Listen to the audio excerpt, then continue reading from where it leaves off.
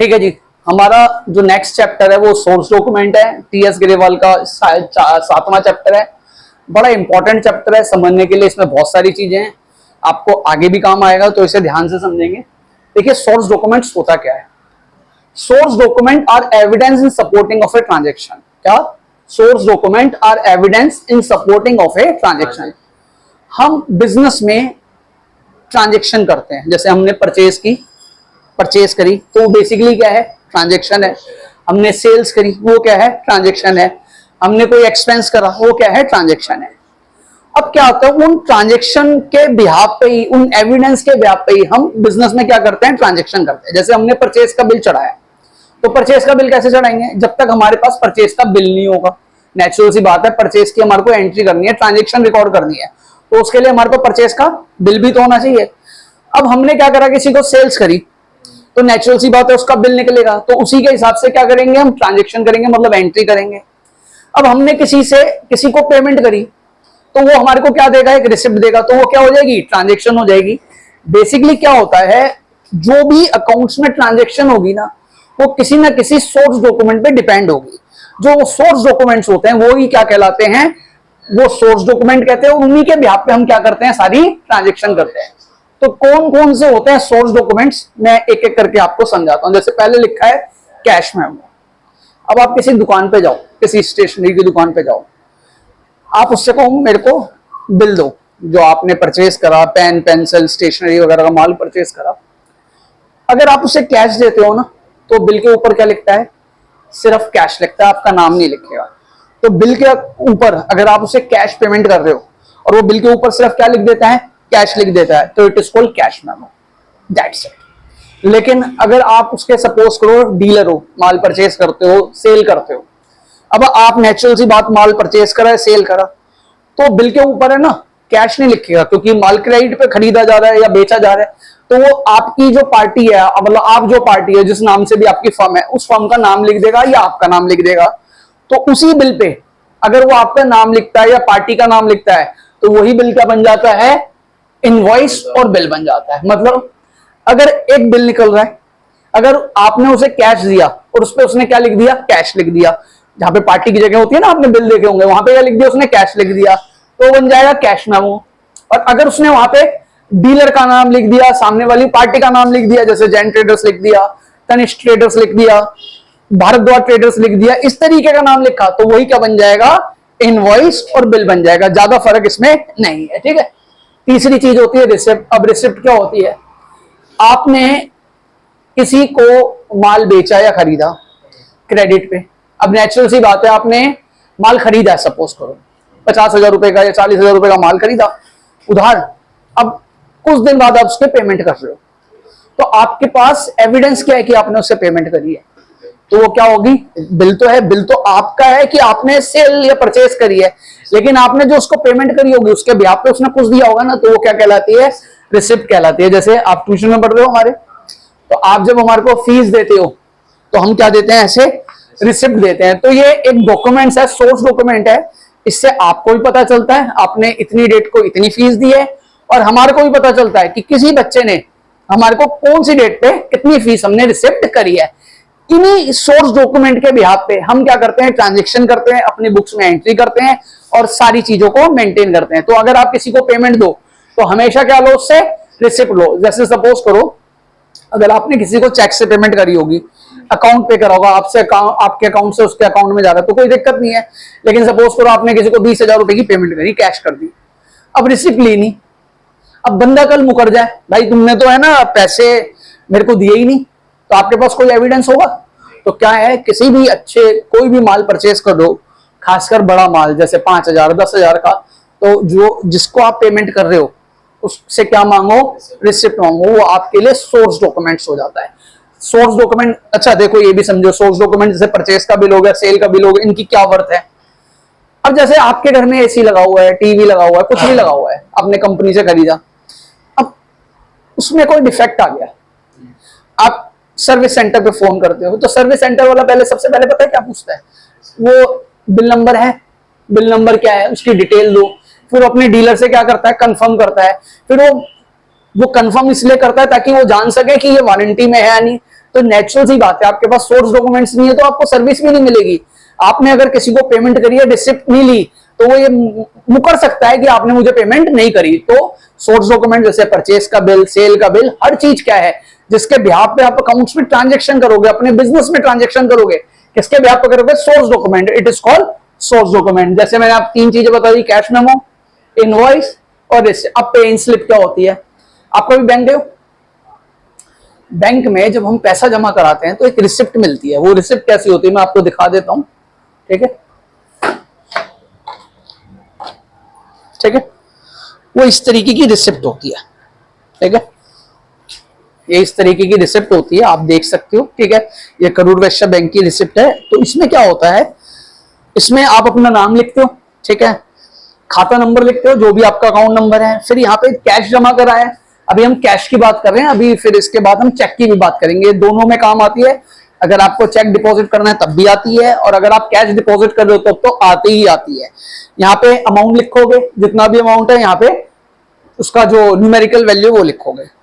फिर ऐसे यहाँ पे लिखोगे अपना नाम, account number, amount, amount in word, कितने कितने पैसे। नोटों के भी आजकल बताया जाता है, 500 के कितने नोट जमा कराएं, 200 के कितने नोट जमा कराएं, और यहाँ पे अपने साइन कर देते हो।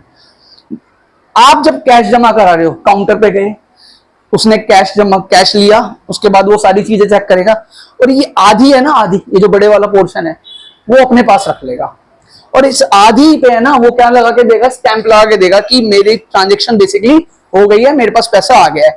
तो ये देखो, आप देखोगे ना हर स्लिप पे यहाँ पे हमने क्या लगा रखा है, बैंक ने क्या लगा रखा है, स्टैंप लगा रखा है। इसका मतलब ये आपको रिसीविंग दी है कि भाई आपका पैसा बैंक के पास आ गया है। तो आप जब भी बैंक में पैसा जमा करो, बेसिकली पे इन स्लिप से होगा, तो साथ में उसकी रिसीविंग भी लो, ताकि आने वाले टाइम में देखो वो एंट्री जो कर रहा है वो आदमी तो है, उससे भी एरर हो सकती है। आपके पास जब रिसिप्ट होगी तो नेचुरल सी बात है आप किसी चीज को क्लेम कर सकते हो। अगर आपके पास रिसिप्ट ही नहीं है तो क्लेम नहीं कर सकते। तो जब बैंक में पैसा जमा कराना है तब भी, अब हमारे को चेक जमा कराना है, अब चेक जमा कराना है तो क्या है, वही चलेगा, लेकिन क्या इसमें प्रोसीजर थोड़ा सा क्या हो जाएगा, चेंज हो जाएगा। अब यहाँ पे है ना आपने अपना नंबर, अकाउंट नंबर अपना लिखा, यहाँ पे जो जो आपको चेक दे रहा है, जैसे आप मुझे चेक दे रहे हो, उसकी सारी डिटेल भरी जाएगी। फिर यहाँ पे भी ऐसा भरा जाएगा और चेक को इसके पीछे स्टेपल कर दिया जाएगा। बैंक में जाओगे वैसे तो आज चेक ड्रॉप बॉक्स होता है, उसमें डाल दो, पीछे अकाउंट नंबर लिख दो, वो अपने आप क्लियर हो जाता है। लेकिन पहले प्रोसीजर क्या था, यहाँ पे डिटेल लिखी, यहाँ पे डिटेल लिखी, जो चेक हमारे पास आया उसकी डिटेल लिखी, पीछे इसके पीछे चेक स्टेपल कर दिया, ठीक है? उस चेक में भी अपने अकाउंट नंबर वगैरह सारा डाला, वो चेक ड्रॉप बॉक्स में सबमिट कर दिया या कैशियर को दे दिया, उसने ये लेके हमारे को इसकी रिसीविंग दे दी। तो ये काम पे इन स्लिप का होता है। अगर आपको बैंक में पैसा जमा कराना है या किसी पार्टी ने आपको चेक दिया है, अगर वो आपको जमा कराना है तो उसके लिए क्या लगती है, पे इन स्लिप लगती है, ठीक है? अब अगली चीज क्या है, चेक। क्या है, चेक। आपने सबने अपने घरों में सेविंग अकाउंट खुला होगा, करंट अकाउंट खुला होगा, आपने अपने घर में 2 चीजें जरूर देखी होगी, एक तो देखी होगी चेकबुक और एक देखी होगी पासबुक। क्योंकि आप 11th के बच्चे हो, चेक आपने शायद भरा नहीं होगा या कभी पेरेंट्स ने बिठा के नहीं समझाया होगा कि देखो चेक चेक ऐसे भरते हैं। तो मैं आज आपको सब समझाऊंगा कि चेक को किस तरीके से भरा जाता है और उसका क्या क्या प्रोसीजर देता है, ठीक है? पहले आप है ना चेकबुक देखो कैसी होती है। देखो ये देख लो चेकबुक, यहाँ पे लिखा हुआ है पे टू, यहाँ पे रुपीस, यहाँ पे अमाउंट, यहाँ पे डेट का कॉलम और यहाँ पे फर्म का नाम लिखा होता है। क्योंकि ये करंट अकाउंट की चेकबुक है तो यहाँ पे फर्म का नाम लिखा होता है, और अगर सेविंग अकाउंट की चेकबुक होती है तो उस पर आपका नाम लिखा होता है। तो हम एक फॉर्मेट बनाते हैं, ठीक है, ताकि आपको अच्छे से समझ में आए, ठीक है? सबसे पहले क्या लिखा होता है, यहाँ पे लिखा होता है पे टू, ठीक है? फिर एक लाइन बनी है, फिर यहाँ पे लिखा होता है रुपीस, ठीक है? फिर यहाँ पे भी एक लाइन बनी हुई है, एक और लाइन बन गई, ठीक है? ठीक है, फिर यहाँ पे एक अमाउंट का कॉलम होता है, ठीक है? यहाँ पे बैंक की डिटेल होती है, जिस भी बैंक का नाम है, और यहाँ पे चेक नंबर होता है। जैसे चेक नंबर बेसिकली 6 डिजिट का होता है, ठीक है? तो बेसिकली फॉर्मेट ऐसा होता है, और यहाँ पे आपका नाम लिखा होता है, जैसे दीपक। अगर मेरा पर्सनल अकाउंट है तो दीपक लिखा होगा, और अगर फर्म का अकाउंट है तो देव इंस्टीट्यूट लिखा होगा। दोनों में से कोई भी हो सकता है, ठीक है? तो ये चेक का फॉर्मेट होता है, ठीक है? अब देखो कैसे कैसे चेक को भरा जाता है। देखो सपोज करो आपका अकाउंट है और आपको वैसे तो आज की डेट में एटीएम से पैसे निकाल लेते हैं, लेकिन सपोज करो आपको चेक के थ्रू पैसा निकालना है अपने अकाउंट में से, तो यहां पे क्या लिखोगे? यहां पे क्या लिखोगे? अपना नाम नहीं लिखना, आपका नाम तो आपके नाम से तो खुला हुआ है, यहां पे आपका नाम लिखा हुआ है, यहां पे क्या लिखोगे? सेल्फ। क्या लिखोगे? सपोज करो 10,000 रुपीज निकाल रहे हो तो यहाँ पे 10,000 लिखोगे और ऐसे इसके आगे करोगे ताकि कोई अमाउंट को बढ़ा ना सके। और साथ में किसमें लिखोगे? वर्ड में भी लिखोगे 10,000 रुपीज ओनली, और इसके आगे ऐसे, ताकि कोई किसी चीज कोई ऐड कुछ प्लस माइनस ना कर सके। यहाँ पे आपके साइन हो जाएंगे, जो भी आपके साइन है, ठीक है। आप बैंक में जाओगे, टोकन लोगे, काउंटर पे जाओगे, अब वो चेक को क्या करेगा? पहले कैशियर क्या करेगा? चेक को स्कैन करेगा, वो देखेगा जो चेक पे साइन हो रहे हैं वो उसके पास जो साइन है उससे मैच हो रहे हैं या नहीं हो रहे, फिर वो चेक को आपको वापस दे देगा, कहेगा एक बार दोबारा से इस पे क्या करो? साइन करो। इस चेक के पीछे आप दोबारा से क्या करोगे? अपने साइन करोगे। जब वो पूरी तरीके से सेटिस्फाइड हो जाएगा तो आपको पैसे दे देगा। तो अगर आप अपने अकाउंट से पैसे निकाल रहे हो तो चेक के ऊपर क्या लिखोगे? सेल्फ लिखोगे, ठीक है। पहली चीज क्लियर है। दूसरी चीज, सपोज करो आपके पापा का अकाउंट है, आपके पापा का अकाउंट है और वो कह रहे हैं बेटा जाके ना 10,000 रुपए बैंक से पैसे निकालना, तो क्या लिखोगे? तो भी क्या लिखा जाएगा? क्योंकि उनके अकाउंट से पैसा निकाल रहा है, तो यहां पे भी क्या लिखा जाएगा? सेल्फ। अब यहां पे तो पेरेंट्स के सिग्नेचर हो जाएंगे, लेकिन क्या होता है जब आप चेक लेके जाओगे ना तो उस चेक के पीछे अपने साइन भी करो। क्या करो? अपने साइन भी करो। अब बैंक में गए, स्कैन करा, उसने देखा ये साइन मैच कर रहा है, फिर वो आपसे पूछेगा कि भाई ये किसका अकाउंट है, तो आप बोलना मेरे पापा का अकाउंट है। तो वो क्या करेगा? वो चेक को आपको वापस देगा और जो आपने पीछे साइन कर रखे हैं चेक के, वैसे साइन आपको दोबारा करने पड़ेंगे। जब भी आपको कोई चेक दे, खासकर सेल्फ लिखा हो, जैसे आपके पेरेंट्स दे, तो उसके पीछे साइन जरूर करें। क्या हुआ? आपके हाथ से चेक गिर गया और किसी ने पीछे साइन करके निकाल लिया पैसा, तो नेचुरल सी बात है जब साइन उस पर एक ही होंगे, पीछे वाला, इसकी बात नहीं कर रहा, पीछे जो करा जाता है, तो कोई भी पैसा निकाल सकता है। तो उस पर आप अपने पीछे साइन कर लो, क्योंकि साइन इजीली कॉपी नहीं होते। तो वहां पे आप बैंक में जाओगे, टोकन लोगे, ये तो उसके हैं जिसका चेकबुक है, अकाउंट नंबर है, पीछे आपके साइन होंगे, वो साइन दोबारा करके देगा। कई बार अमाउंट ज्यादा होता है तो कैशियर पूछ भी लेता है, भाई आप अपना आधार कार्ड की कॉपी जमा कर दो। फोन भी कर लेगा, जी आपने क्या किसी को भेजा 50,000 रुपए निकालने के लिए, तो वो ऐसे भी कर सकता है। तो जब आप अपने पेरेंट्स के बिहाफ पे या किसी के बिहाफ पे भी पैसा निकालोगे तो यहाँ पे क्या लिखा जाएगा? सेल्फ लिखा जाएगा। क्लियर है? पक्का? अब तीसरी चीज क्या होती है चेक के मामले में? देखो यहाँ पे डेट का भी कॉलम होता है, ठीक है। चेक के मामले में तीसरी चीज होती है क्या? कि आप अकाउंट पे करते हो। क्या करते हो?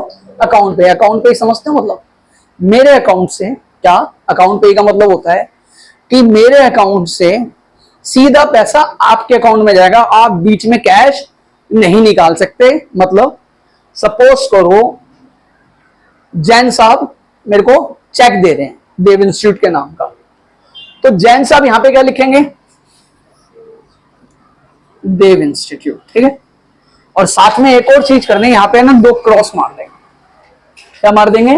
2 क्रॉस। इसे कहते हैं बेसिकली अकाउंट पे। क्या कहते हैं? अकाउंट पे। जब ये 2 क्रॉस लगेंगे, चाहे आप अकाउंट पे लिखो या ना लिखो, अगर आपने चेक के कोने पे 2 क्रॉस लगा दिए तो इसका मतलब क्या है कि कोई व्यक्ति उससे, वैसे जैसे आप सेल्फ में चेक निकालते हो वैसे कैश नहीं निकाल सकता। इसका मतलब क्या है कि जैन साहब के अकाउंट से सीधा पैसा मेरे अकाउंट में जाएगा। क्लियर है? और उसके लिए वही पेन स्लिप वगैरह या इस चेक के पीछे वो सारी डिटेल मुझे भरनी पड़ेगी। क्लियर है? चेक क्लियर है? ठीक है। अगली चीज क्या है? डेबिट नोट, क्रेडिट नोट, ठीक है। ये बड़ा इंपॉर्टेंट है एग्जाम के पॉइंट ऑफ व्यू से, ध्यान से समझ।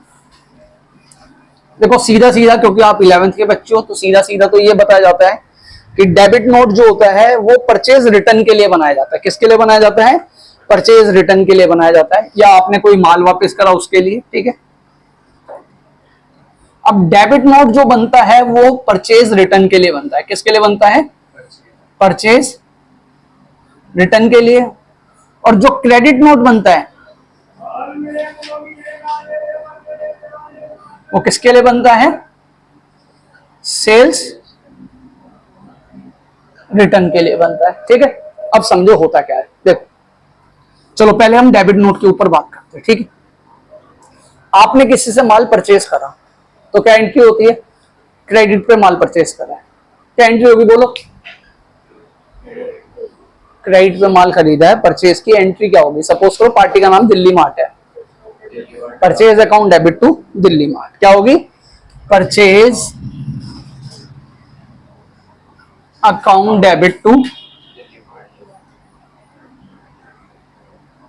ये होगी। सपोज करो 1,00,000 रुपए का माल खरीदा, ठीक है, ये एंट्री होगी। ठीक है, अब देखो हुआ क्या, यहां पे परचेज क्या हुई? डेबिट हुई, कितने रुपए से? 1,00,000 रुपए से। ठीक है, और साथ में दिल्ली मार्ट क्या हुआ? क्रेडिट हुआ 1,00,000 रुपए से। ठीक है, अब सपोज करो इसमें से 20,000 रुपए का माल खराब आ गया और आपने उसे क्या कर दिया? रिटर्न कर दिया। तो एंट्री क्या करोगे? यहां पे करोगे दिल्ली मार्ट अकाउंट डेबिट 20,000 रुपए और टू परचेज रिटर्न कितने रुपए? 20,000 रुपए, यही होगी ना। अब देखो हुआ क्या है, हमने रिटर्न करा तो हमने यहां पे परचेज को क्या करा होगा? क्रेडिट करा होगा, कितने रुपए से? 20,000 से। तो परचेज कितने की रह गई? 80,000 की। और नेचुरल सी बात है, दिल्ली मार्ट को हमने क्या करा होगा? डेबिट करा होगा, कितने रुपए से? तो दिल्ली मार्ट को हमारे को पैसे कितने देने? 80,000। ठीक है, अब देखो हमने परचेज करा दिल्ली मार्ट से, हमने रिटर्न कर दिया उसको 20,000 का माल, तो दिल्ली मार्ट को क्या कर दिया? डेबिट कर दिया। अब नेचुरल सी बात है, हमने उसे 20,000 का माल वापस कर दिया, तो उसको बोलेंगे भी तो सही ना कि देखो हमने अपने अकाउंट में पहले आपको क्रेडिट दिखा रखा था, कितने रुपए से? 1,00,000 रुपए से। हमने आपको 20,000 रुपए का माल वापस कर दिया, इसका मतलब क्या कर दिया? हमने डेबिट कर दिया। तो वो जो माल वापस भेजा है ना, उसके साथ हमारे को एक डेबिट नोट भी भेजना पड़ेगा कि हमने आपके अकाउंट को जो पहले क्रेडिट था 1,00,000 रुपए का, उसको कितने रुपए से डेबिट कर दिया है? 20,000 से। तो जो उसे नोट भेजेंगे परचेज रिटर्न के भी आप पे, it is called debit note. जो हमारे लिए डेबिट नोट होगा वो सामने वाली पार्टी के लिए क्या होगा? क्रेडिट नोट होगा। तो उसके लिए क्रेडिट नोट होगा और हमारे लिए क्या होगा? देखो हमने उसके अकाउंट को क्या करा है? क्या करा है बोलो? डेबिट करा है, कितने रुपए से? 20,000 से। तो नेचुरल सी बात है, क्या बनाएंगे हम? Debit note. और अगर हम सेल कर रहे हैं किसी को, सपोज करो इसी पार्टी को सेल कर रहे हैं, तो हम क्या करेंगे? दिल्ली मार्ट को क्या करेंगे? डेबिट करेंगे। क्या करेंगे? डेबिट। सेल के मारे 1,00,000 रुपए, ठीक है। और सेल्स को क्या करेंगे? क्रेडिट करेंगे, कितने रुपए से? 1,00,000 रुपए से। अब सपोज करो सामने वाली पार्टी को लगा 20,000 रुपए का माल खराब है, उसने हमारे को वापस भेज दिया, तो सामने वाली पार्टी ने क्या करा? अपने अकाउंट को क्रेडिट करा होगा, सेल्स को क्रेडिट करा होगा। तो नेचुरल सी बात है, सेल्स कितने पैसे लेने, कितने देने उसे? लेने, सॉरी 80,000। ठीक है, अब सेल आ गई वापस, तो नेचुरल सी बात है कि सेल्स को हमने क्या करा होगा? क्रेडिट, डेबिट करा होगा, कितने रुपए से? 20,000 से। तो सेल्स कितनी रह गई? 80,000 रुपए। देखो जब हमने सेल करी ना, पार्टी होनी थी डेबिट, और हमने उसको क्या भेजा? माल उसने वापस भेजा, तो हम कहेंगे कि भाई तुमने माल वापस भेजा ना, तो हम आपके जो ये है लेजर है उसमें से 20,000 रुपए क्या कर रहे हैं? क्रेडिट कर रहे हैं, मतलब आने वाले टाइम में 80,000 रुपए देने हैं। तो से परचेज के साथ क्या बनेगा? डेबिट नोट, और सेल्स के साथ क्या बनेगा? Credit note. क्लियर है? पक्का?